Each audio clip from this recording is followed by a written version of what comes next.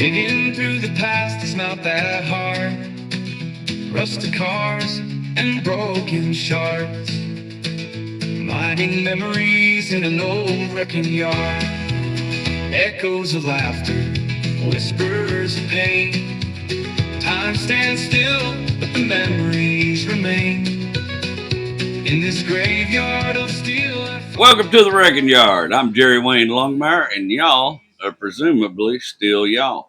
All are welcome in the Church of Internal Combustion. We just ask that you show up with an open heart. Whew. It is a day. It's been a scorcher today. I have spent the good part of the morning out at the Hot Wheels Legends Tour event. I got to go be a judge again this year, which was just an honor and a whole lot of fun. And got to see my buddy Vinny that, I really dig this dude. I like doing stuff for him, and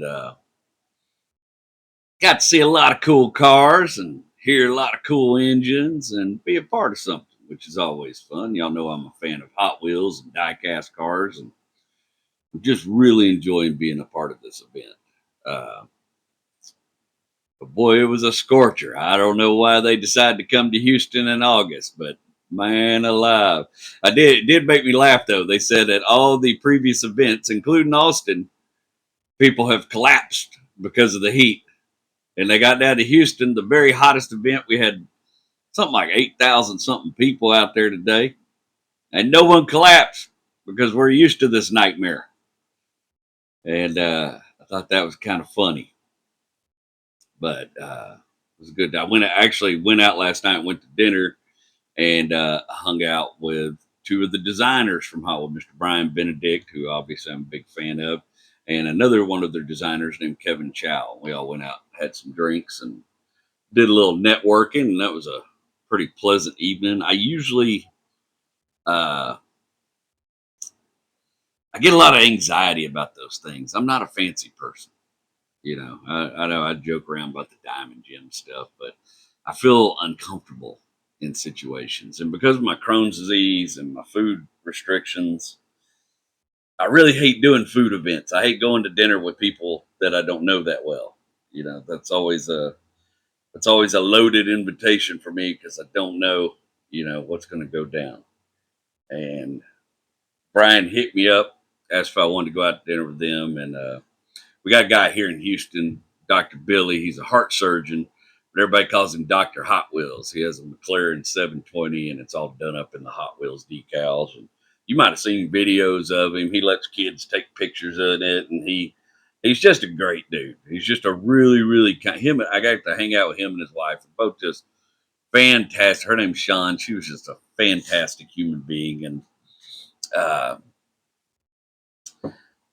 I've known a bunch of magicians in my life. It comes with the trade. A lot of comics magicians hang out, and I've known some fantastic up-close magicians. But Dr. Billy, who magic is his hobby, is one of the best up-close magicians I've ever seen. The dude is so fast. I mean, it's just fantastic. He's really, really skilled. But I guess to be a heart surgeon, you probably got to have pretty good hands. But I get anxious about those situations. Like, oh, am I going to order the wrong thing? Or I don't know what some of the stuff on those menus are. Am I going to say the wrong thing? I'm a little rougher around the edges than a lot of folks in polite society tend to be sometimes. And so I always get nervous. But Rachel was on me. She's like, this is good networking. You need to do it. And this is part of what you need to do. And so took him up on it. But then the Hot Wheels designer, Brian, says, hey, man, if you want to just pick us up at our hotel, and then we can all ride to the restaurant together. And then I'm like, this guy goes cruising with Jay Leno, right? Like he's got a cool Corvette, or he had one, but he's on his way to get him another. And he's the lead designer. He's got good taste in cars. You know what I mean? The man loves automobiles. And then I got really embarrassed because I was like, well, I'm going to have to come pick you up in this 12-year-old Mazda shitbox of mine. And so I just texted her. I said, well, just to let you know, I drive a little bitty Mazda 3. It's a sedan. It's a 4-door, so I got room for both of you. But whoever's tall probably needs to sit up front because there's not a lot of room in the back seats. And he hearted and come right back, was like, no, man, that's me. I'm the tall guy. I'll call shotgun. And made me feel a little less self-conscious about it. So I went and picked him up in the Diamond Gym Mazda 3, and we went to a really nice restaurant. We hung out. Like I said, we had some drinks and drank some very expensive bourbon. And I was happy to get home to my Evan Williams. It was all right, but it just couldn't understand the cost behind it. We went out there today. We did the Hot Wheels event, which was just a blast. And we all went and got lunch afterwards, and got to do a little networking. The guy I was partnered up with last year, one of the judges last year, was a guy named Joel Tavers, I think. Joel Tarver. He does a bunch of stuff over at Mobile One. And they had the whole Mobile One team, a bunch of their marketing people out there, and they had all seen my oil astrology video and all thought it was hilarious. Every one of them come up and told me about it during the day. And then me and Joel did some talking after the Hot Wheels event, and he's like, Mobile One's, we're actually pretty interested in working with you and doing some stuff. And so we kicked around a few ideas, and he's going to get with my management, and I think we're going to have some fun. We're going to do some cool stuff with Mobile One. I'm really excited about that. I also got to meet the guy that built, some of y'all might know, in 2022, it was a Texan who won the Hot Wheels Legends Tour event, and he built this little AutoZam K truck. He built a monster truck out of it, and it's called Texas 2. And they made a Hot Wheel out of it. And this dude is just a joy. His name's Craig Muse, and just Craig Mose. I honestly don't know how to say his last name. I should have asked him. I just hung out with it. He was just a cool dude. Him and his wife were there. They're both fantastic people. And this guy will stop. I just love this about him. He would stop mid-sentence, whatever he was doing, if somebody showed up with one of those Texas Toot Hot Wheels and they wanted him to autograph it. And he would just, whatever he was doing, he would stop and turn around and take care of that fan and autograph it. And I just really, man, it takes a kind of person. You know what I mean? I just really appreciated that about him. I like people who take the time to really appreciate their fan base, and I just thought it was neat, man. Kids were coming up, he was signing those things and letting them crawl up under it and all around it and take pictures. He just good, just excited people, loved it. And the dude that won today, our winner in Houston, was a cat. He goes by Shark, and he has a little company called Shark and Sons, and they do customization and paint and body work. And he had like a mid '60s C10 with fabricated sharks all over it and a killer shark paint job, and it was a tow truck, and it was the Shark Tornado, right?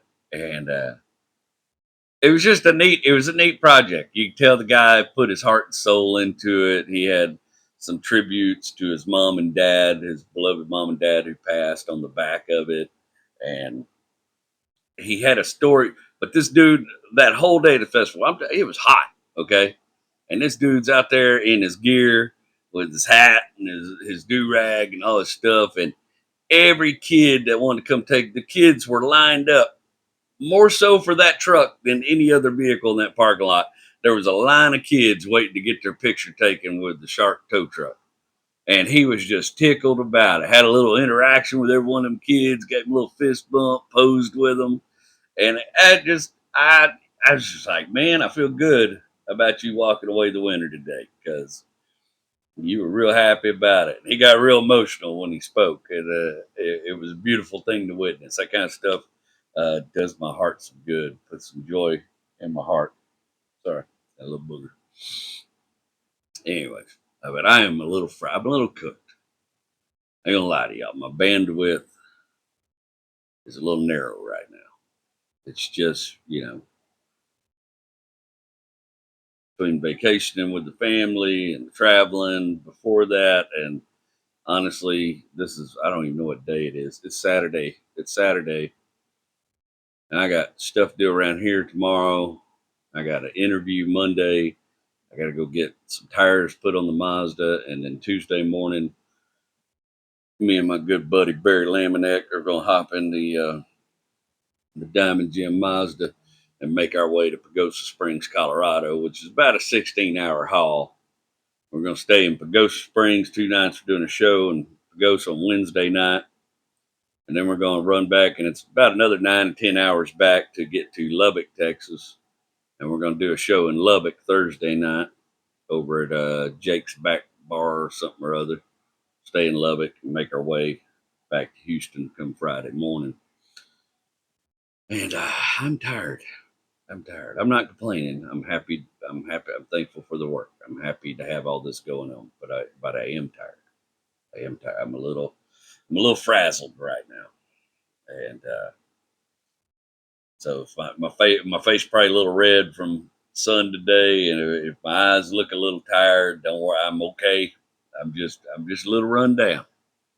I'm gonna go try to get me a good day in the gym tomorrow, get feeling better, and that gym always helps me feel a little better. And I'm gonna try to get some good rest in tomorrow after I complete some of my chores that I need to do before I leave out of town. And I think I found me a good deal on some used tires for not used, but they're takeoffs. That Mazda has a pretty common tire size, so usually I'm just gonna buy some takeoffs for it because they're cheap and I'm cheap. Uh, San Antonio was fantastic. I had a great time with my family. Some of you probably saw my Facebook post about it. I'm really thankful that I have started working on my health.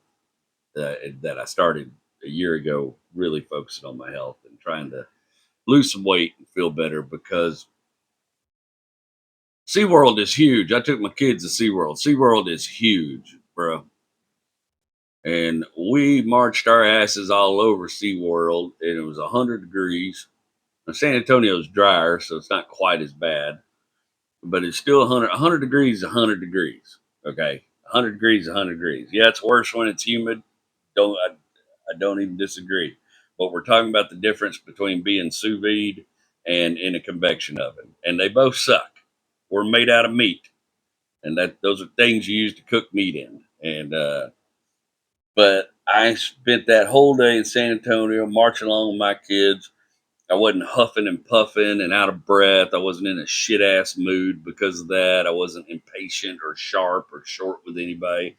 I got to be the fun, happy dad that I wanted to be. I just got to be the dad I wanted to be because my health allowed it.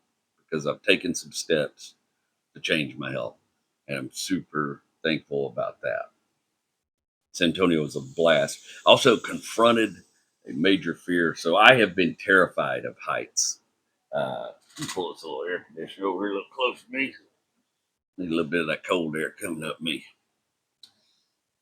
I have been since I fell off that roof and did all that damage to myself. I've been terrified of heights. Like really, I've really struggled with it. Great deal. For a while, I couldn't even hardly drive over the Ship Channel Bridge without just white knuckling it and having a panic attack. And I don't want to be like that. I try to turn it off. I wasn't like that before the accident.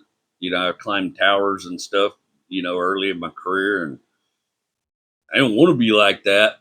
But something changed in me when I fell off that roof and did all that damage to myself. I'm terrified of it now. And I literally pay a dude to come over here and clean my gutters out, you know, uh, and it's money well spent because I don't have to get on the roof, and I only have to do it like once a year. And he does a bunch of stuff that he's a good dude. Y'all probably heard me talk about chicken before. And I've gotten better about it, like I can drive over the Ship Channel Bridge without panicking now and stuff like that. Flying doesn't bother me at all. I don't know. You hear a lot of people say that flying bothers them because they're not in control. Well, for me, it's the exact opposite. Something about flying And knowing that I'm not in control of anything makes it easy for me to just be like, I can't do nothing about this. Strap in my seat. Let's go. Flying does not scare me. Not near like being up on something high like that. And so my youngest has just been talking for months, wanted to go up in San Antonio. They have this really tall tower. Yeah, I'm sure you've heard of the Space Needle in Seattle, and they have some kind of thing in Vegas, and then they have Reunion or Freedom Tower or some shit like that in Dallas. Just basically, it's I don't know why people built these things, but it's just a tall, straight up tower. I couldn't tell you how tall it is. Real damn tall.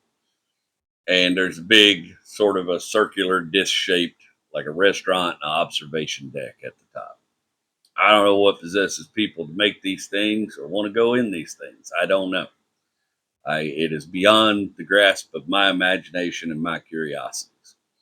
But my youngest has just been prattling about it for months. One of the big things on his list of San Antonio vacation fun was he wanted to go up in the Tower of Americas in San Antonio. And said, you know what? I'm gonna make myself go up there because I'm always talking to my kids all the time about try again, don't be scared, and you got to practice what I preach, right? You got to confront your fears sometimes, and I did. I went up it. I thought about chickening out though the whole time we were in line to get the tickets, and the night before I didn't sleep worth a damn in that hotel room because I knew what I was going to have to go do the next day, and we walked to it. Our favorite restaurant, and me and Rachel have a long history in San Antonio. It's one of our first out of town dates, and we spent a lot of time there over the years, canoodling and having us a good time. And we've been going to this place. It's been there since the '40s on the Riverwalk, but it's a little restaurant called Casa del Rio, and it's one of my favorite Tex-Mex restaurants in the state. It's not everybody loves it. I do. To me, their chili con carne is like based off the chili queens of San Antonio's chili, and it is so spot on. And so it's the best chili con carne I ever had. So we go over to the restaurant, we eat the chili con carne, and then we decide to walk to the Tower of Americas. And I'm holding my youngest son's hand, and the closer we get, the more my heart is freezing up in my chest. And I'm like, you don't have to do this. Why are you making yourself do this? And I look at my boy and like, all the times you're gonna tell him not to be afraid of something, or it's okay to be afraid, but still go do it anyways. Man, you got to do this. And I was having big feelings about it, and we went up in it. So the elevator has a big glass door. It looks out over San Antonio as it's rising you to these ridiculous heights. And I spent the entire time looking at the back of the elevator because I knew I couldn't do that. And I was scared, but I got out of the elevator and I was looking around. I was looking out as far as I could see, and it was, it is a cool view. I get it. My kids and Rach, they're just tickled to death. And I took about 3 steps, and I swear I could feel the thing moving underneath me. And I got queasy, ran to the bathroom, and lost all my chili con carne right there on the spot. And but then after that, I was okay. I got out there, got moving around, and I was very happy to go back down the elevator. I will tell you, on the way back down the elevator, I actually turned around and faced out of the elevator for probably the last 15 stories.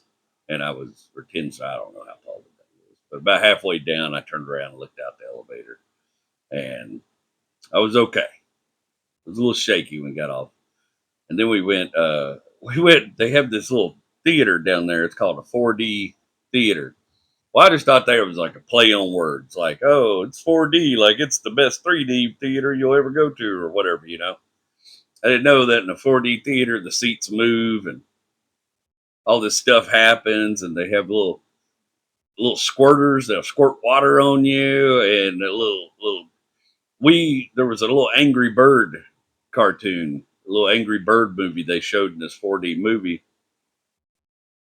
And we're sitting there and they splash through some water, and all of a sudden water splashes on my face, and I almost come out of that chair like, what the hell? And then when you get in the slingshot, the chairs were moving back and forth, jerking, and you could feel the impacts, and the whole floor shakes when the building gets knocked down. I don't know how familiar you are with the Angry Birds, but it's a little cartoon based off a game, and their enemies are these little green pigs, right? These little gross ass pig heads. And there was two little Spanish women sitting in front of me. It looked like they were probably in their 70s to 80s. And I don't know if they knew what movie they were coming to see, because the other one there is like a tour of Texas from the skies. But I guess they also have these little cartoons. And they're giggling and laughing, but they show one of these pigs up close, and you can see all the boogers in his nostrils.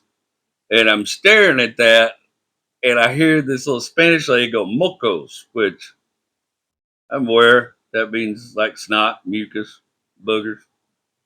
You got mocos? She said mocos, and I was like, "You damn right, mocos." And about that time, that thing squirted water on me. That like he blew his nose on us, and I was like, "What?" And my son, my youngest, thought that was the funniest shit he ever seen. He laughed so hard at me. But she put that in my brain. Mocos. What? There's also a part where a bee stings you and something pokes you in the back. It was a trip, man. Really interesting experience. Anyways, good vacay with the family. Whew, I was exhausted when we got back.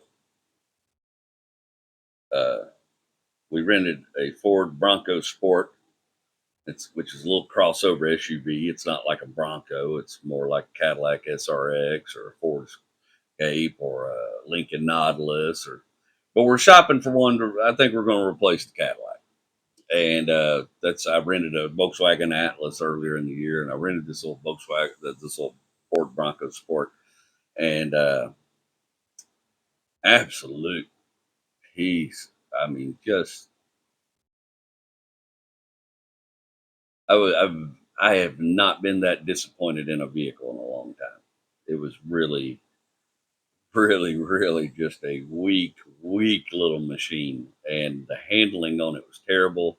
The seats in it felt like they come out of a go-kart. Uh, I do not know how Ford is justifying the cost on that car. And I think in about 8 years, those things are really going to look terrible. It does not, it is off the list. I think we're leaning real hard towards the Volkswagen Atlas because that was a fine piece of machinery. Anyway, so we did vacation. We had fun. Let's move along here. And I've been bending y'all's ear all this time. Do some sponsor copy real quick. If you got a business or a brand and you're looking to get it in front of people, I want to help you do that. Wrecking Yard is one of the fastest growing shows out there, averaging 8 to 10,000 downloads a week with 11% engagement. I mean, that's actually 13% now. We're on every major podcast platform and broadcast live in video on YouTube. The folks who tune in, they're loyal, they're sharp, and they show up for honest stories from the southern piney woods. Some lessons from the junkyard. When I talk about a product I believe in, people generally pay attention. I don't talk about a lot of products. I just talk about the ones I actually like. And right now we got some sponsor spots open. Your name, your logo, even your hat, your shirt, front and center on a podcast that's already signed a book deal, been optioned for TV and film. Now look, I have people ask me to sponsor stuff that I'm not interested in. Products that I'm never going to use, products that I don't see the value in.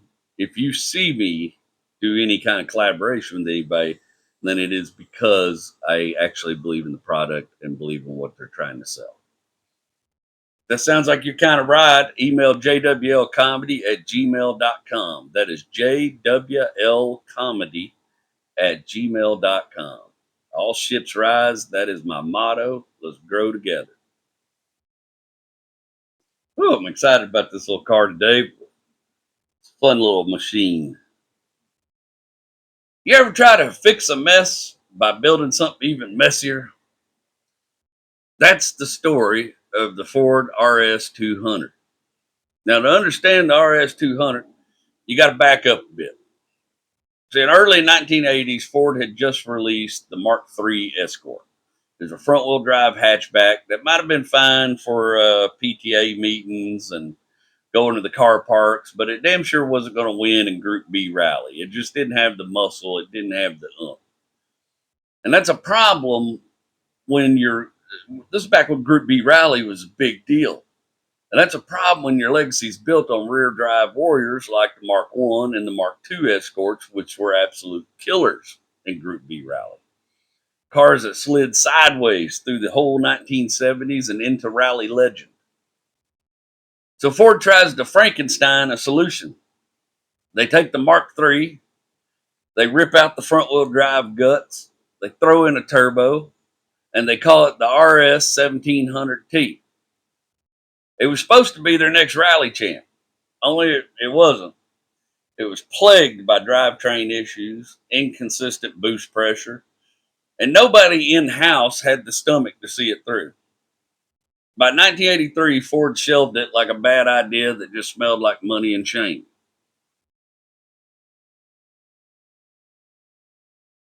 But they weren't done, you know. There's too much pride for that. Ford has a racing legacy. They had too much money sunk into it. And Group B was getting, man, in the early 80s, Group B was the thing. That class was heating up. The Audi Quattro had revolutionized things with all-wheel drive, and the Peugeot was bringing fire with that little 205 T16. Ford couldn't show up with the last decade's answers to the problem. So they said, to hell with adapting, let's start clean. And that's how the RS200 was born. Now, first off, this wasn't a modified Escort. This was a ground up homologation special FIA certified missile, mid engine, all wheel drive. Chassis was designed by Tony Southgate. You know, he's an ex Formula One designer.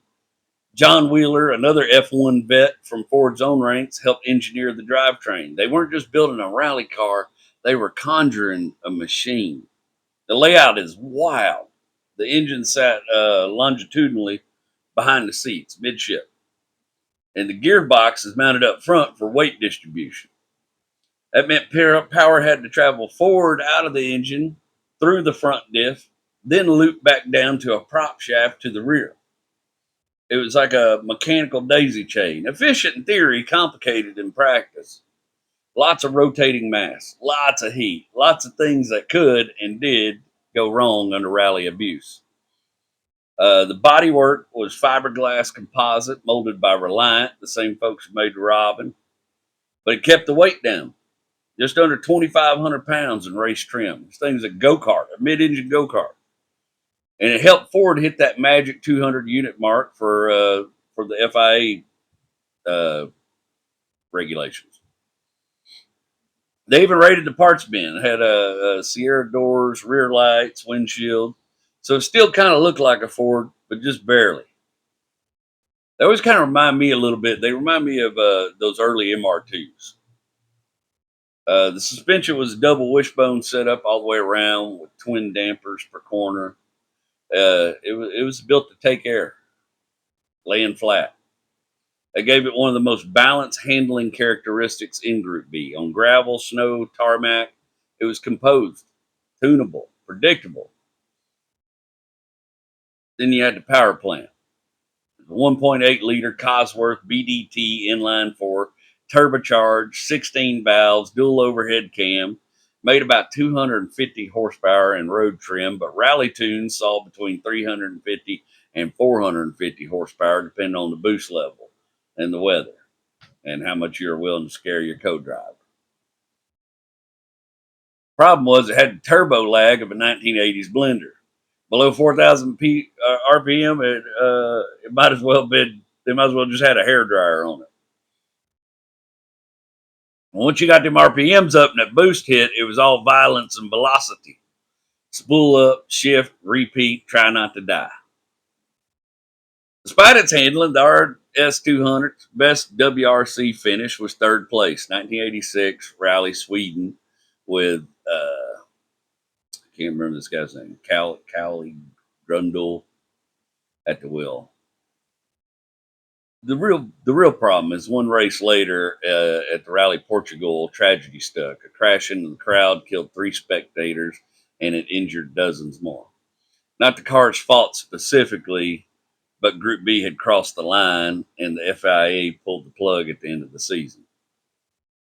And with that, the RS200 was out before it ever really had its moment.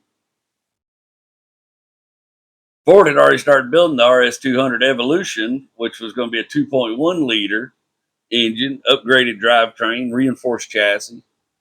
Depending on setup, those make anywhere from 550 to over 800 horsepower. That's like IndyCar numbers in a fiberglass rally shell.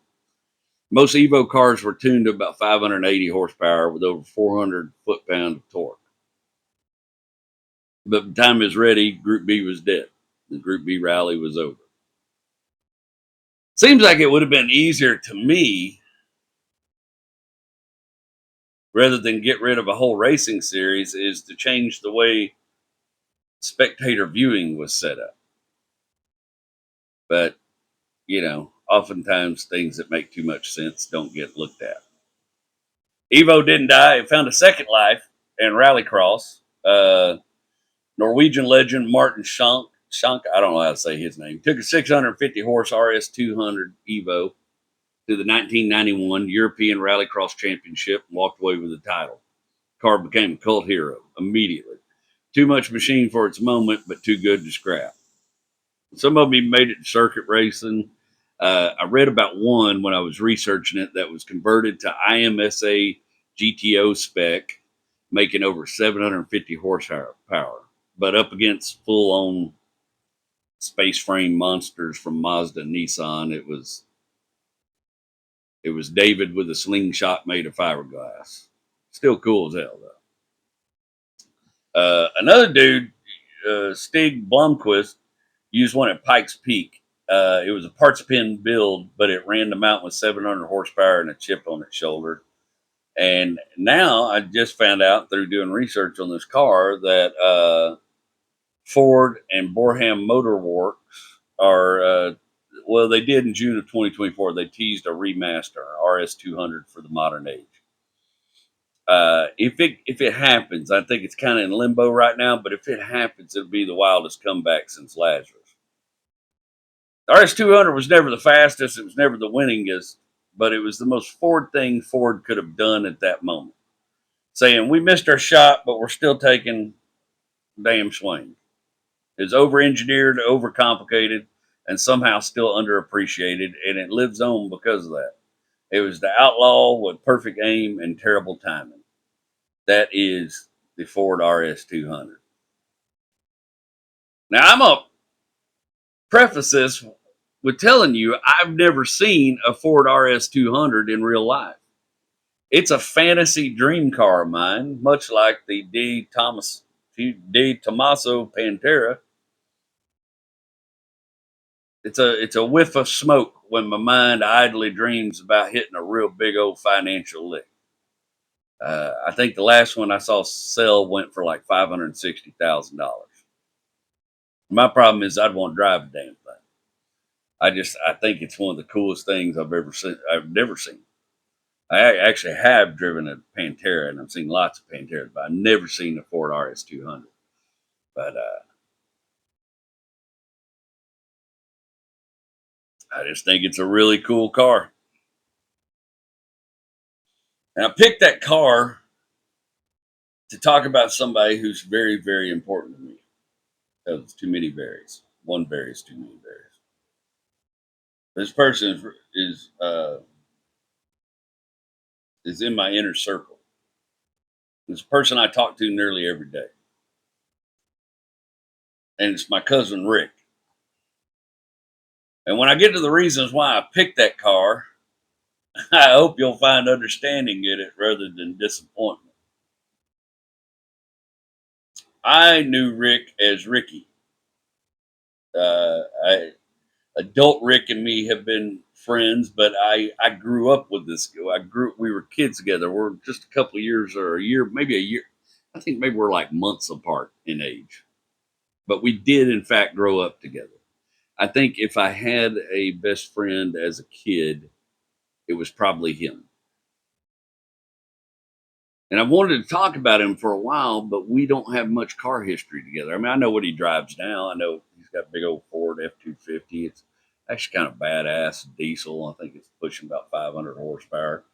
He went and shopped his truck before he bought it. And I know we were younger. He had like a 77 or 79 Firebird. I think it was 79 Firebird. But we missed out on a lot of that time in our teenage years, in our early driving years. And we didn't even really still know each other in our 20s. And I'll get to that. But I was sitting on the porch a couple nights ago, and I was thinking about some of our adventures together as kids. And I've been wanting to talk about Ricky for, I'm gonna call him Ricky because that's what I call him, but he's Rick to everybody else. And I never could pick a car to make talk about Ricky here. And that's when that Ford RS200 hit me like a lightning bolt.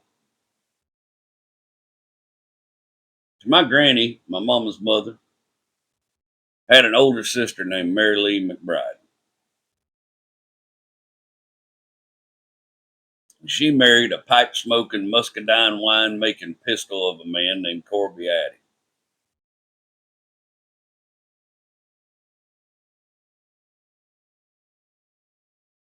I called Mary Lee Danny all my life. I had Granny and Nanny. And a lot of the reason for that is, you know, some of you day wonders and people have listened to the story, if you can keep it all straight, know that Granny got pregnant with my mom by a married man in town named Raymond Harris. Raymond didn't offer her much support. My papa married her even though he knew she was pregnant. But he had to go off to Germany. He got drafted and got sent off to Germany. I think right about the time, I think he was over there when my mom was born.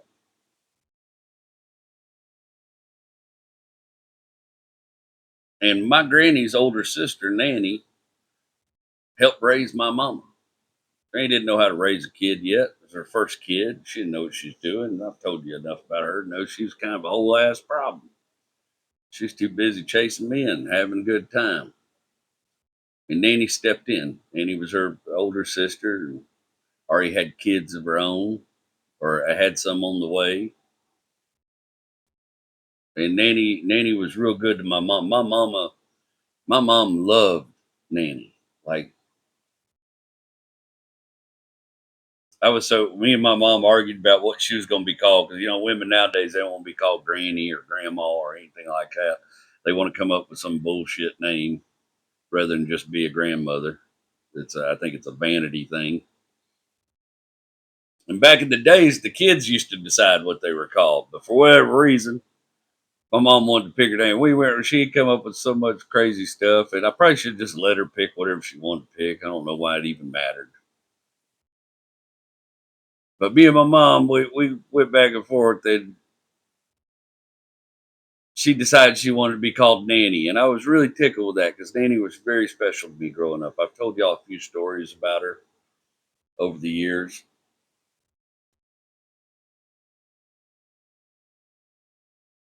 My Nanny was very important to me. Uh, she was a constant presence in my life. And when she passed, it broke my heart. She was a real sweet woman. And she always kind of looked out for me, and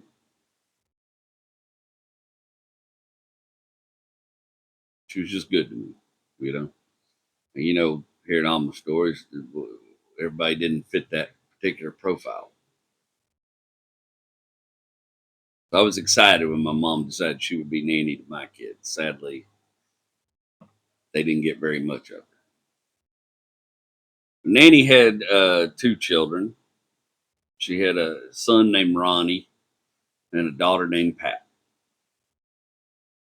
And I've probably told y'all a story or two about my Aunt Pat. She's one who used to follow me around with Lysol, I think because she thought I was a dirty poor kid and needed to clean everything I touched. She thought she was high society back in the day. And Nanny and her people were better off than my people. Nanny made pretty good. Nanny was a realtor. She'd invested her money well. Her and Uncle Corby had done real well for themselves. They had a nice big house over there in Liberty City, and Nanny always drove her. She had Cadillacs and Lincolns and fully dressed out crown. She always had her a real nice white car. And my Uncle Ronnie married a lady named Carlene, and my Aunt Carlene is just one of the most delightful people. And I just love her in the same ways I love my own mama. I love my Uncle Ronnie. I love both. I love my Uncle Ronnie and my Aunt Carlene. My Uncle Ronnie was always good to me growing up.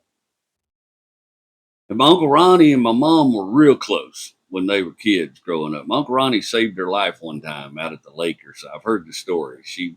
Something happened. She got hit in the head and was basically drowning, and Uncle Ronnie jumped in and swam out there and saved her. And my mom would tell me these stories about my Uncle Ronnie, and it wasn't Uncle Ronnie I knew, uh, but she would just tell me stories about how wonderful and how good a dude he was, and how he played guitar and he sang beautifully, and he was just this amazing person to her when she was growing up. She just really adored and loved my Uncle Ronnie. Now he's technically my second cousin, but I grew up calling him my uncle, and because he was an adult.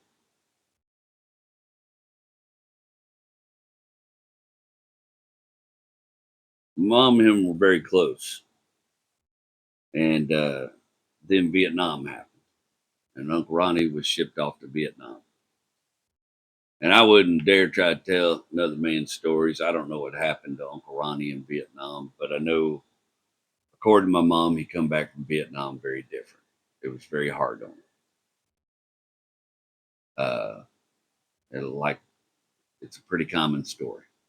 Uh, Very few of our soldiers came back from Vietnam unscathed by the horrors and the atrocities they had to witness and maybe be a part of, or maybe have inflicted on them.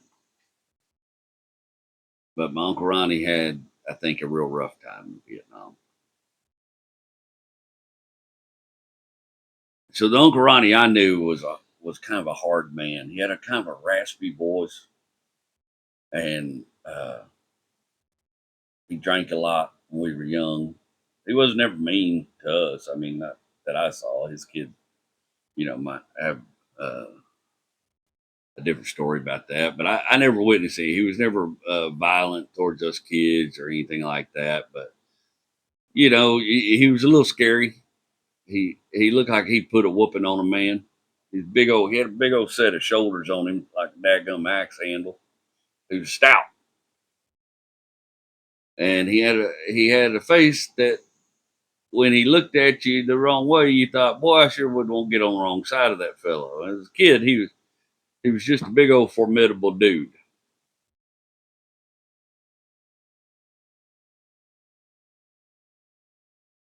He had a.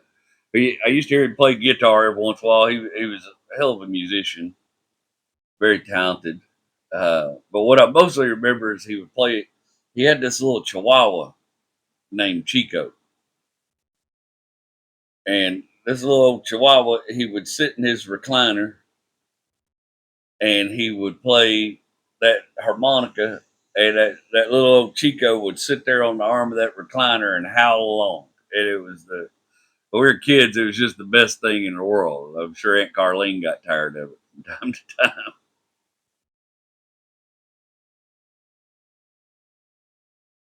And Uncle Ronnie told me a story one time because I was asking him about music, and he told me that he wrote a song one time and he tried to sell it to Hank Williams Jr. Went out and caught him out there in Shreveport, hooked up with him, and he had wrote this song and he wanted Hank Jr. to sing this song. And he wanted Hank Jr. to sing his song. He thought it was a pretty good song. And the song was called If Heaven Ain't a Lot Like Texas. Now that might sound familiar to you. The story goes as I heard it, Hank Jr. was pretty dismissive. acted like he wasn't too interested in the song. And then 6 months to a year later, Hank Jr. released a song called If Heaven Ain't a Lot Like Dixie. Now, don't get me wrong, you can hear a lot of wild stories like that in your life. And I have heard them from people that I knew the minute that came out of their mouth. I thought it was the biggest load of bullshit I ever heard. But I 100% believe my Uncle Ronnie. I don't know Hank Jr. enough to call him a song thief, but I believe 100% my Uncle Ronnie wrote that song because he just wasn't a man. He wasn't a man that wasted time telling tall tales. When you talk to Uncle Ronnie, you got the truth. He didn't feed us big exaggerated stories when we were kids. My dad and his brothers, they spin a yarn from here to my papa. All you say, only thing gets in the way of a good story is facts. My Uncle Ronnie wasn't like that. He didn't feed us all this crazy shit. He'd occasionally tell us some old story or something, but it was never exaggerated. It was never blown out. And it's for that reason alone that I believe he was telling us the truth when he told me that story that day. Uncle Ronnie and Aunt Carlene had two sons. My cousin Ricky, the oldest, and then their next was Tony. I don't know how far apart. I think Ricky and Tony are pretty close in age.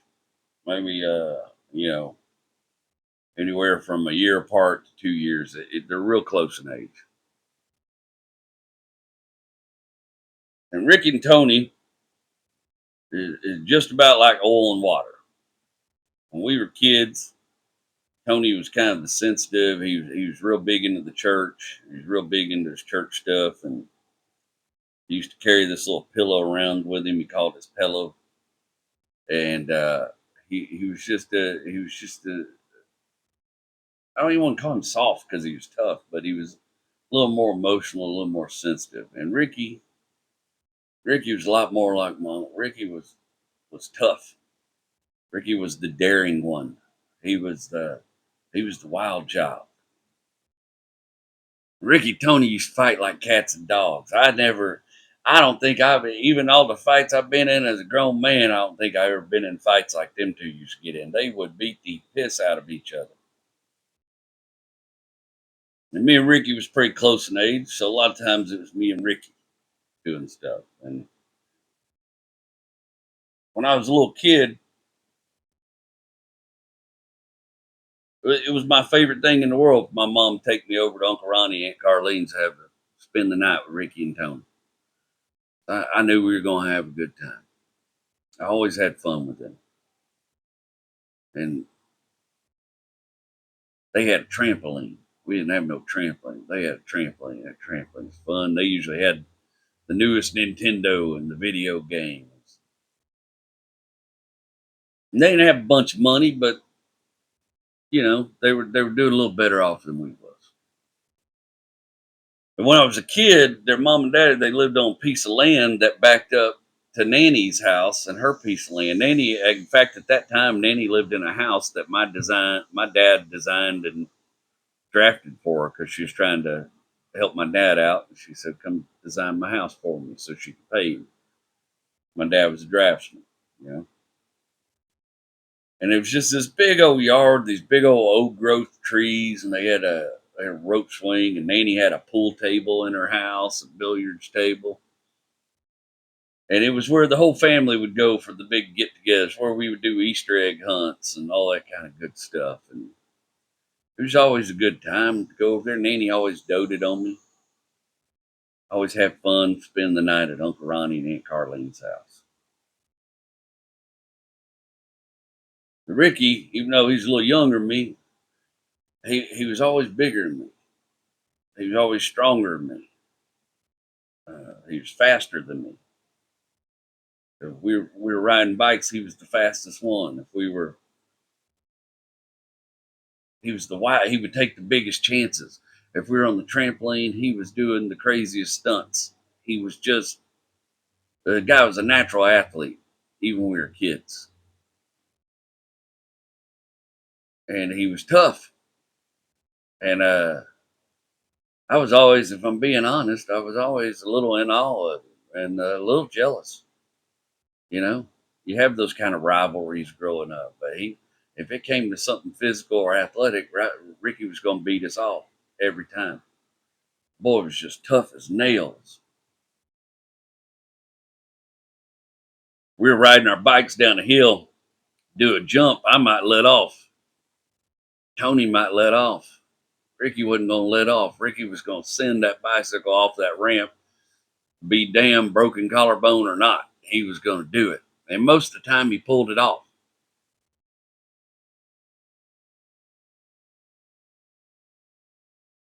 They'd get on that trampoline back there, and Ricky would be jumping off the tool shed, doing gainers.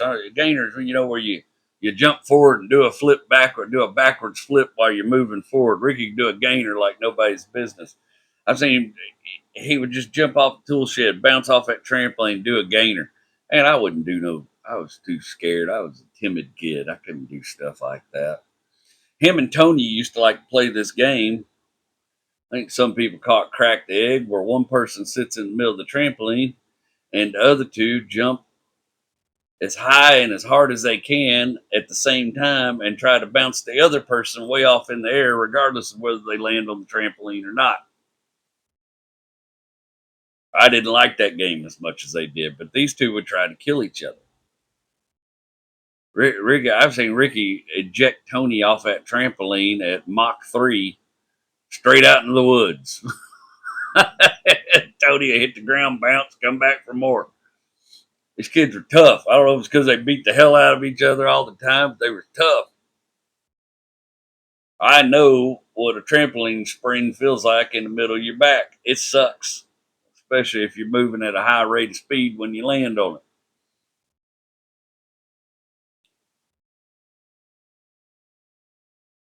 He's crazy, man. He talked Nanny into one day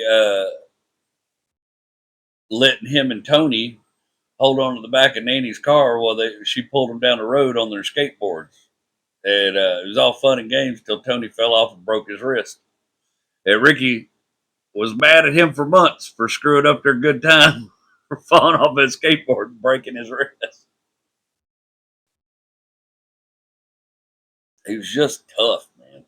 Dude, he was just always the toughest one. They would come down to Houston and spend time with us in Houston. If we moved to Houston, we'd go to Astroworld every once in a while. Ricky would ride the scariest. Ricky was ready to get on the scariest rides, and we'd go to the water park. And Ricky was going to do gainers off the diving board. And I still to this day, I could never do a gainer. I try every time I tried, I landed flat on my back, and it hurt like hell, and I quit trying.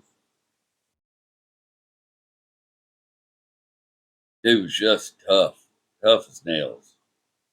And we'd bicker, we'd argue, we'd get little shoving matches and stuff. We kind of had a little rivalry.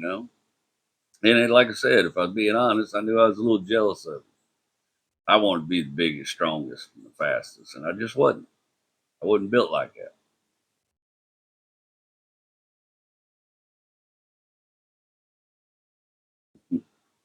It's a silly thing to be jealous of. Should just enjoyed hanging out with him, but I was a kid. Kids don't know no better. They always have. I told y'all, Nanny had a fireworks stand, so they always had the best fireworks. Back then, you could get this thing. I forgot what it's called, a Texas cannon, and it was an octagon shaped cylinder. I don't know. It seemed like it was this big when I was a kid. It's probably 2 foot long, and it was red, and it would just be packed full of the best fireworks there was. And when we would hang out at Lake Tyler, Nanny ended up leasing a little lot out there at Lake Tyler, and they got her a little barge, and they would come out there and do July 4th with us around my birthday, and it was always a big deal. But they had the best fire. The bottle rockets, Roman candles, the whistling chasers. They had them all, man. We'd be doing fireworks half the night. Once again, Ricky was the brave. He was the guy holding a black cat in his hand to the last minute and throw it. He just wasn't scared of a damn thing.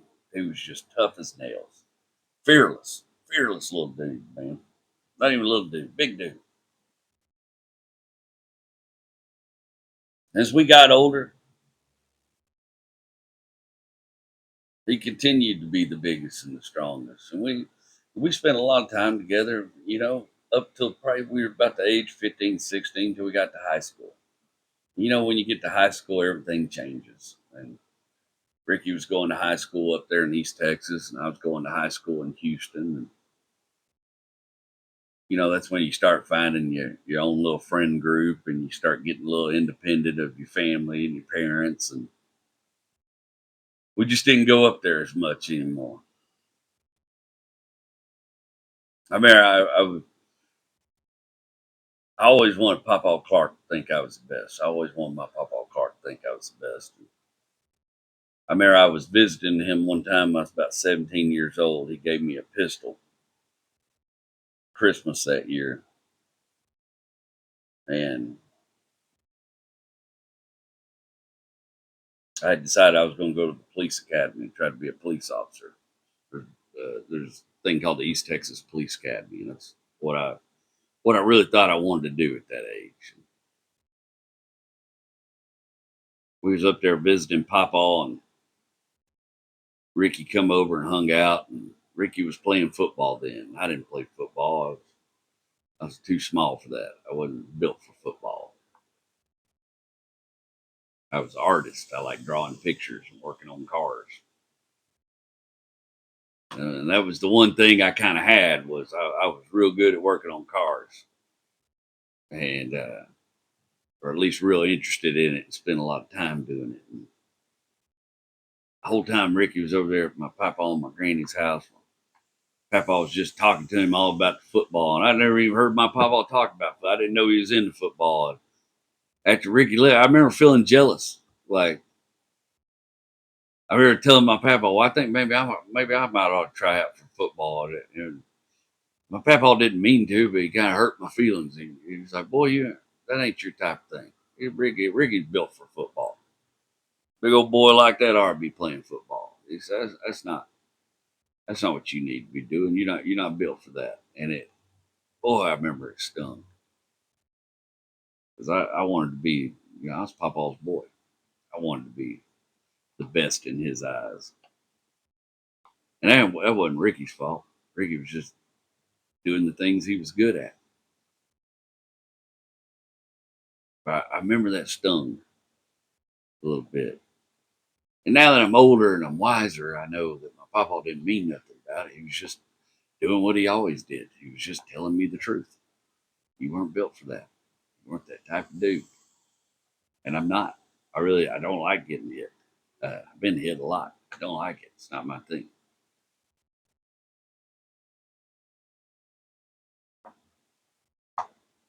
When I moved back up to Kilgore, after high school, I had gotten a job at this little Pontiac dealership in town. And I feel like I've told y'all some stories about that. I got summarily fired from that job for not being a very good mechanic and being a bit of screw. That's when I was pork chop. That's when I drove the Pantera. That's the dealership I got fired from when I got to drive the Pantera.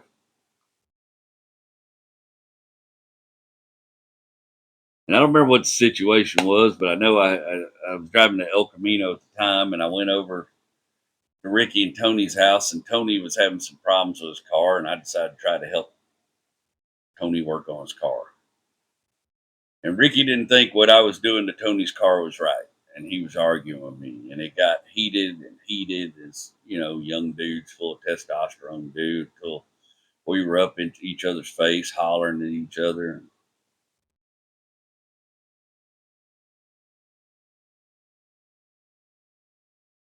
And I said something about I'm the only one that's had a job as a mechanic, and Ricky fired right back. Well, he called Danny Granny. She was his grandmother. He said, "My granny told me you got fired because you wasn't worth a damn." And I ain't gonna lie, man.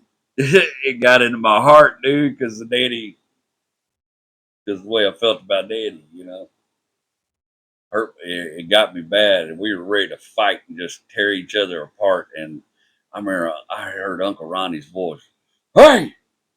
And he come out there on that. They had like a little slab off the back of their house, a little porch, and "You two need to stop this," and just laid into us, boy, and just kind of railed on both of us.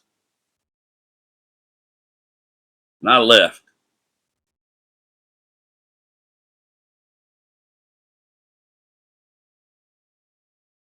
And I never went back and tried to fix it. I never went back and apologized to my cousin for being an a-hole and a know-it-all. And, you know, he never reached out to me neither. That's a tumultuous period in your life. You're 19 years old, 18, 19 years old. You know, you're finding out your different directions. And I would hear stuff about him from time to time. And maybe every once in a while he would hear stuff about me. I don't know. But, you know, I went off on my little destructive path, doing what all I was going to do. And he went and had his own adult adventures. That's why I say we didn't have much car history together.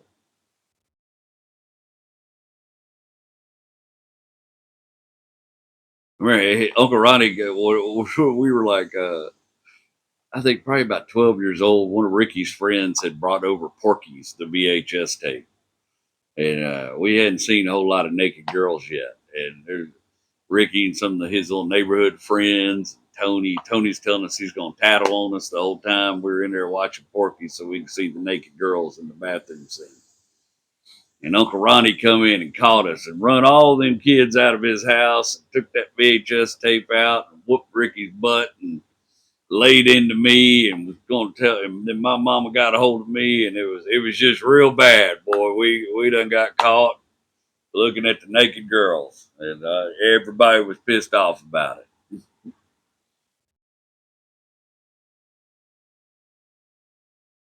Anyways, me and Ricky had this little testosterone driven teenage moron fallout. And then we went off living our lives. And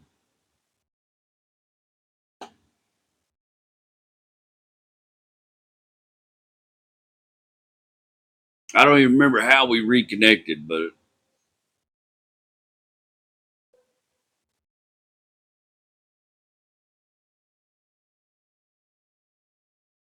I think it was sometime about 2018.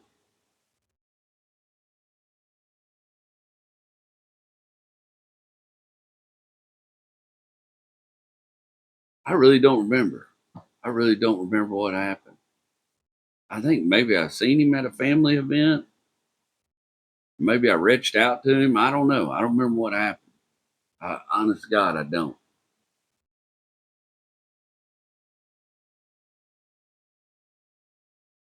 You know, he reached out and expressed his sympathy and everything when Mom died. He loved my mama. You know, they would come down and spend some of the summer with us in Houston.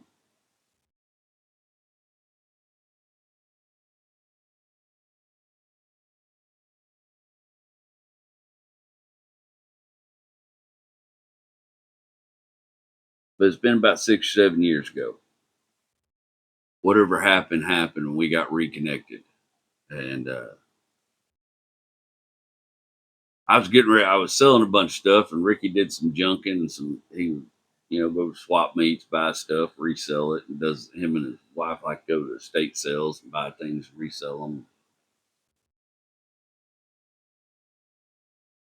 He had 2 kids, and his youngest about the age of my youngest, and his oldest is just a little younger than my oldest.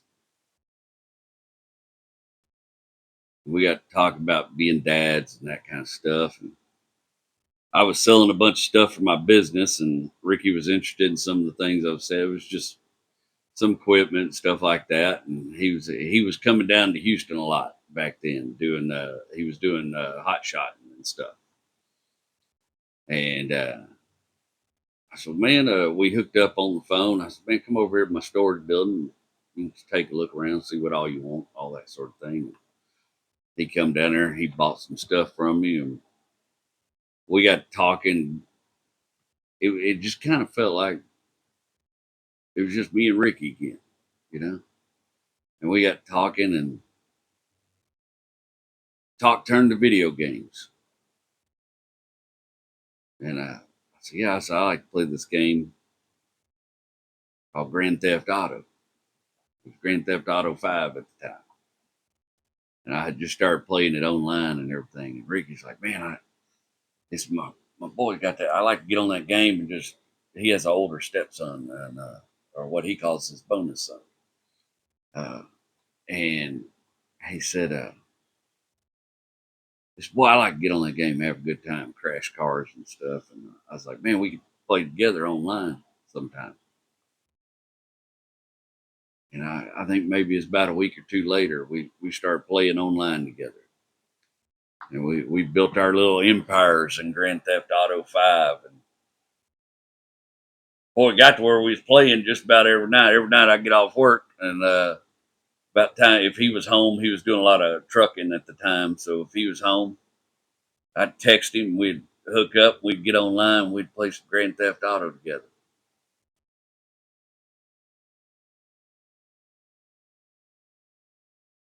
Well, we had us time. We have a good time on there.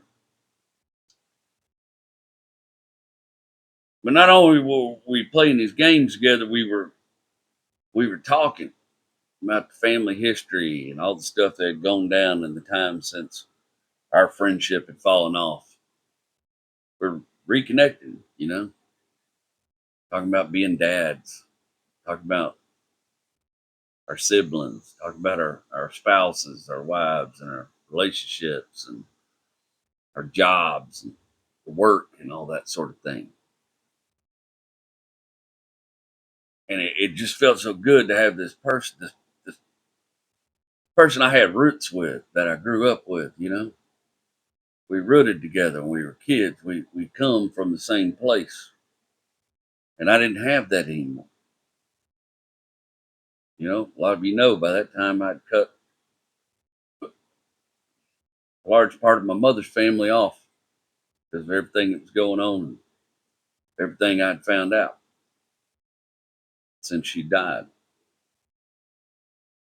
And then all of a sudden I had a little piece of my home back. This person that knew me, that was there for it all, that remembered it all. Somebody that knew my mama. Somebody that knew the family and how crazy it all was. Somebody that knew the wrecking yard.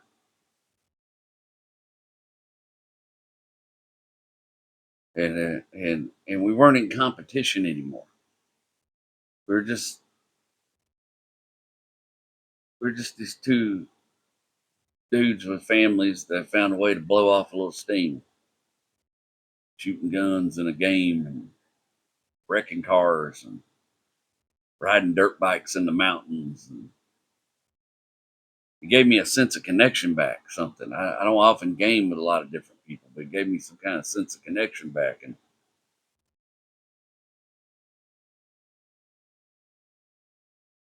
wasn't too long after that, a game got released called Forza Horizon 5. The Forza Horizon 5 is it's like an arcade-based sandbox game. It's all about cars, and you collect cars in it, and you can build them, and you can tune them, and you can hop them up, and you can make tracks in there. You can race on dirt tracks in there. You can race dirt track or asphalt, whatever kind of racing you want to do. They even have a Hot Wheels expansion pack where you can use Hot Wheels parts to make tracks. And so I asked Rick, maybe you ever played this game? He said, no, man, I haven't. And he downloaded it. We started playing that together, and he got into it, man. He's like, oh, crap. This is a lot of fun. And we got to where we was playing that Forza or Grand Theft Auto every night, about an hour or so after we get off work. If we were both home, we'd log on. We'd talk about life while we played this game. We'd race cars against each other. We both liked the dirt track racing and the jumps. And one of the cars that is available in this game, one of the things they have available in this game is all the Hoonigan cars. All the Ken Block cars, the Gymkhana stuff, the Gymkhana Fiesta, and the Gymkhana Escort. All that stuff's in that game, and you can get it. One of the cool Hoonigan cars is a Hoonigan modified Ford RS200. And it didn't take us long to find, playing with this RS200, you can upgrade. You can put 1,356 horsepower in this car if you build it right. It's just a little rocket ship. And as we learned more about the tuning in the game, we watched videos, and then we would talk about it in text during the day at work. And man, watch this video. This guy talks about how to tune this. Watch this video. This guy talks about how to tune this. And we got better and better at tuning these cars. And we built these. It became our favorite car. It's one of the best rally cars in the game, especially if you got them built like mine. I put my tune up just about against just about anybody. Ricky's a little better at the suspension tuning than I am, and I'm a little better at the gearing tuning than he is. And I'm pretty good at setting the gears on them transmissions. And I got this little Hoonigan Ford RS200 that'll run a ridiculous 265 miles an hour with a 4-speed in it. And it progressed from there. It got to where when I moved into doing comedy full time again and sold my business, I'd be home a lot, during the day and stuff. And so I would go and build us a racetrack. I learned how to build the tracks on there, and I'd build us these racetracks with these insane jumps. And then when Ricky would get back from his trucking run that night, we would log on and we'd go run that racetrack.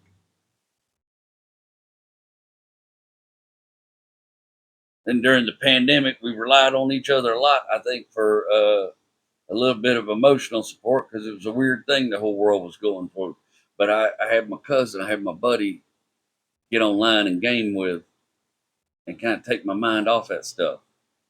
And we gamed a bunch through the pandemic until, comedy career started kind of taking off afterwards. And I was making all the videos. I didn't have as much time to game anymore.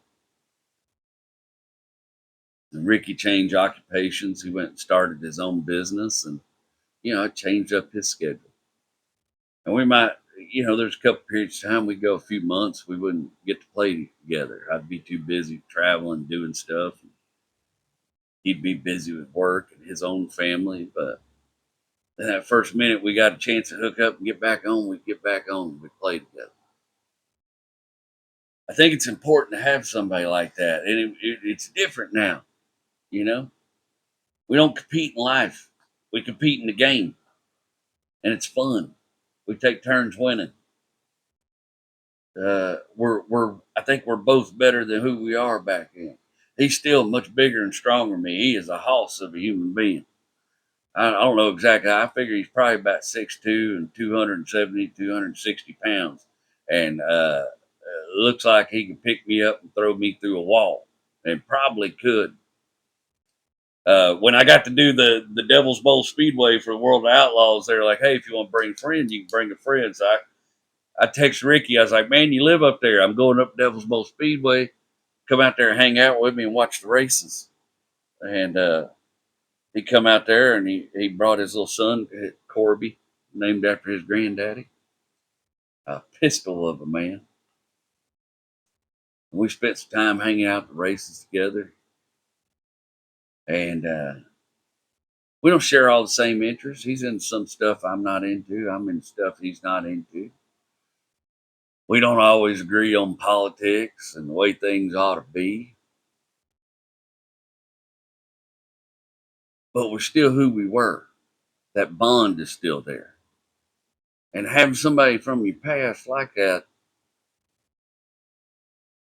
it's important, I think.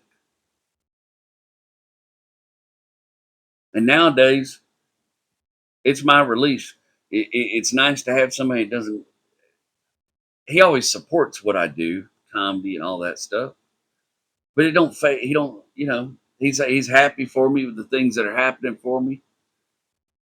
But for me and him, it's about getting on that game, talk about our lives, talk about our days, talk about what we're working on. I'm working on the Mazda we're talking about. He's working on his truck we're talking about. He's working on the swimming pool. He's helping his dad. Whatever he's doing, that's what we talk about. And if I'm home and not on the road, then most nights, if I can get myself about an hour or two free, or even less. We hook up, we play some Fords, we go, and I still build us racetracks, and we still get on there and we raise hell. And we jump them Ford RS200s all over. We jump them off mountains. We crash each other in the air. We Dale Earnhardt each other in the turns. We have a fantastic time, and it is often uh, up there in some of my most look forward to times of the day. We talk about our kids. We talk about life. We talk about shit we're going through. It's good to have somebody like that, especially uh, while we're all figuring this thing out. And I feel very fortunate, very blessed to have reconnected with her. I think it's one of the better things that's ever happened in my life. I'm very thankful for him. Like I said, I talk to him most days. Even if we don't play the game, we text or something. I'm not a big phone call guy, and I'm not a big phone guy. But usually about once a day, I'll talk to Ricky. Hey man, what you got going on today? You gonna be able to get loose? What's happening? Tell me what's going on. What's happening to him? Hey there, Sebastian. What's happening, buddy? You coming to visit? Yeah, I hear you. You want to come lay on this table? Come on. He acts like a dog. Hey, buddy.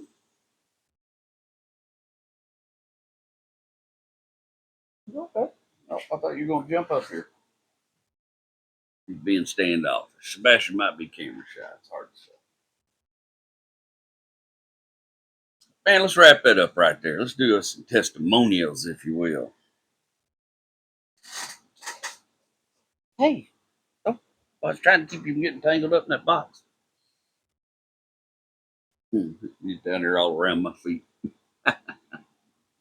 Let's do some testimonials. And I got my act together today. So let's go to it.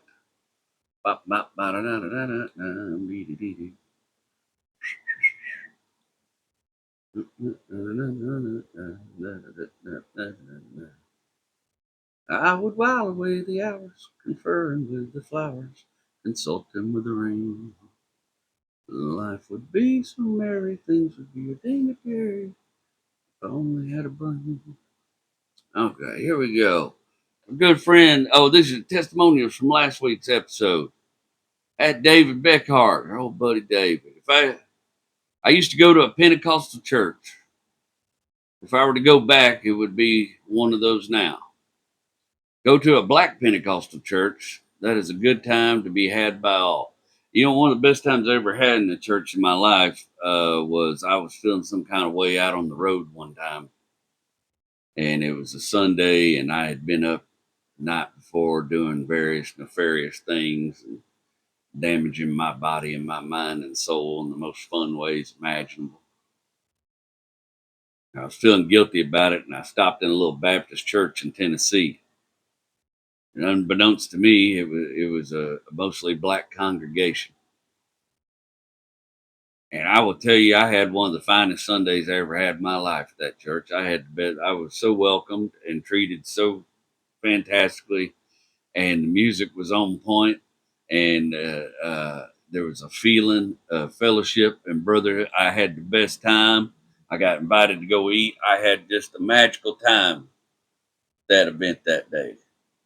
I imagine Pentecostals might be as fun too. I don't know, but I sure had a good time at that church that day, folks. At Stump Hole, I had to pull over to let you know a church should be a hospital for broken people and sinners, not a museum for perfect souls. Some denominations will be damn shocked to see there are others there. Well, I don't even disagree with you, and I don't know how to fix all that sort of thing, but I know Jesus sure spent a lot of time with some broken people, according to the stories. Maybe that's the way it ought to be. I don't know. Hey, Bubba, what's up? You can come up here if you want. Come on. Yeah. Hey, there you go. You want to say hi to the people? That's old Sebastian right there, the sole survivor of the abhorrent things that happened here. There you go, buddy. You want to lay down? You can lay down on the table. No? Yeah, you can hang out. Don't mind, buddy. Let's go on to our next testimony, our next comment. Let's see what we got.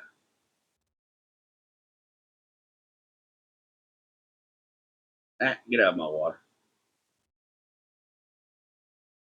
That's mine. Don't need that. I don't want cat breath in my water. Man, my next testimonial is actually a handwritten one. I received a letter in the mail, and it's so cool. It's not something that happens too often. I've gotten a few, and I'm gonna do my best to read it. I ain't got the best eyes, and the handwriting's a little scratchy, but I appreciate it. I felt like I was going off to the Civil War or something. Somebody wrote me a handwritten letter, like one of the boys overseas or something. JW, your show is like a grand generational American novel. Dated July 23rd. You get your balls out of my face, bud. I'm going to write you a testimonial. Today I finished the GS 1100 while I was bucking up a beech tree that fell in our old sheep meadow here in the southern Green Mountains of Vermont. Then I got to brush hogging the field and I listened to the 73 Volkswagen bus episode. I've been here since day one, episode one, last June. Back then I had to wait a week. I've never seen the YouTube ones. I always just have you in my ear while I'm working, installing old oak doors, stocking wood, bush hogging. But I've laughed or cried or both in damn near every episode. You take me back to a place I'd never been, but I can see it as if I've lived it. I've looked up Kilgore and I'm pretty sure I can see where Clark's old wrecking yard might have been. You look like my uncle and you sound like him too. I was raised up in Maine and Arkansas. Folks still have land in both places. I'm about 5 years older than you, but the growing up times weren't so different. I too marked my life story in vehicles. My dad gave me a 1941 Special Deluxe Chevrolet he bought in 1969 for $250 and a 6-volt battery. I still drive it around on sunny days. Scrolling through your car stories, I got pulled over in a 1992 while smoking a joint in a Mazda 626 in West Texas. I got out of the car, hands in the air, and went back and sat in his cruiser. Did not want him near that car. A few years later, 4 or 5, I rode an 81 XS 1100 Special from Maine to Tucson in November. I felt your GS ride back to Houston in the stinging cold rain. I rode from Oklahoma to Tucson in one day because I was scared of getting stopped in Texas because I never paid that ticket. Was sure there was a warrant out for me. Then, after the Combi episode, I saw the Broham D. Elegance episode. I almost choked. My old man somehow managed to get this Texan 2 through and a black one as a part of the sale of the house he had built with his own hands in the Ozarks of Arkansas. Our nearest neighbor was a mile's walk through the woods. Our school was barely larger than yours in the bus episode. Started driving when I was 10, as long as it was a dirt road, and practically all the roads in the hollows was dirt. As a token of my appreciation, I'm going to send you along a sticker of my F100 that I drew up and I used to mark my water bottles and my beer koozies. There's a sticker. It looks like it's probably if I had to guess, I'd say it's about a 65 F100, but that's a cool sticker. I got to find me, I think that might go on my laptop. I love an old Ford. I got to find me a cool place to put that sticker. I dated a stripper for a while at the turn of the century. She was possessed of a kind heart, if not a stable personality, so ours was a loving, good, crazy relationship. Where our lives very much diverged is when I went to live in the back of a when I went to live out of the back of a Ford LTD station wagon in Hawaii with my girlfriend. Wait a minute. Oh no, he was in Hawaii before.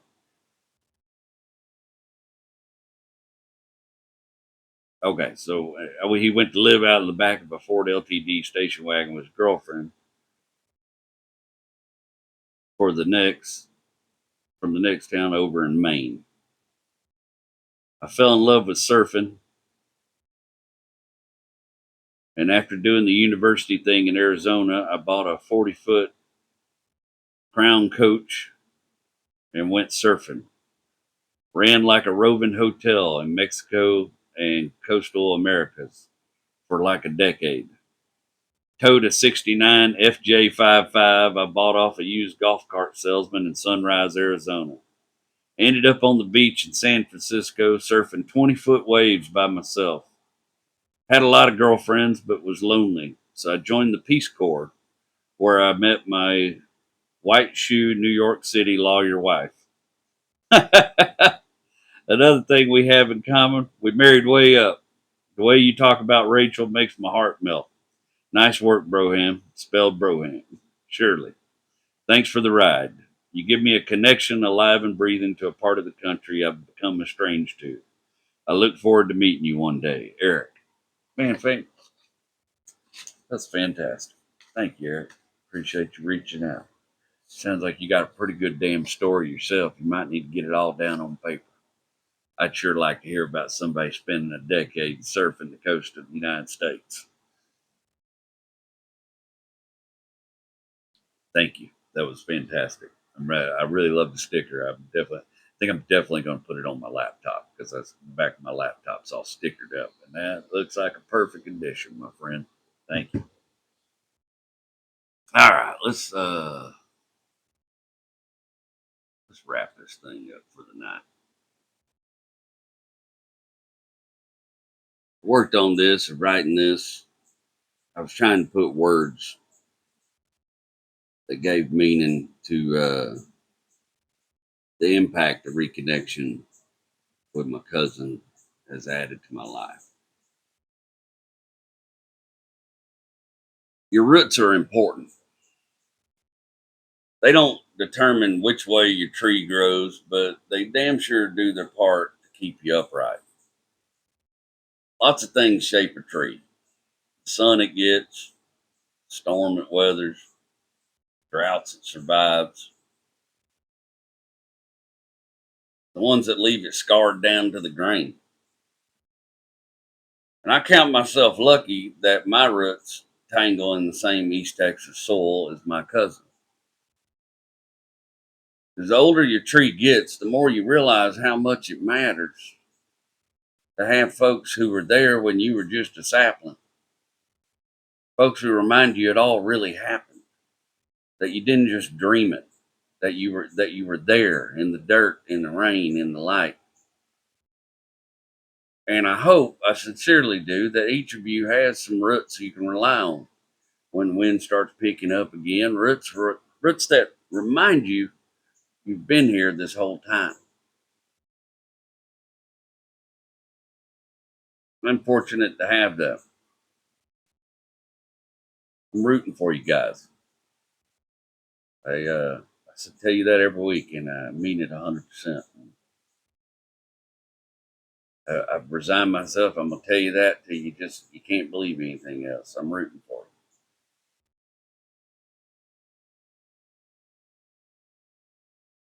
I hope that you have somebody like Ricky somewhere in your life. I hope that you have some person like that that you can talk to from time to time and just help you forget all the distractions and all the noise, everything going on around you. Somebody that keeps you grounded. I'm very fortunate to have that. I'm JW. I love you.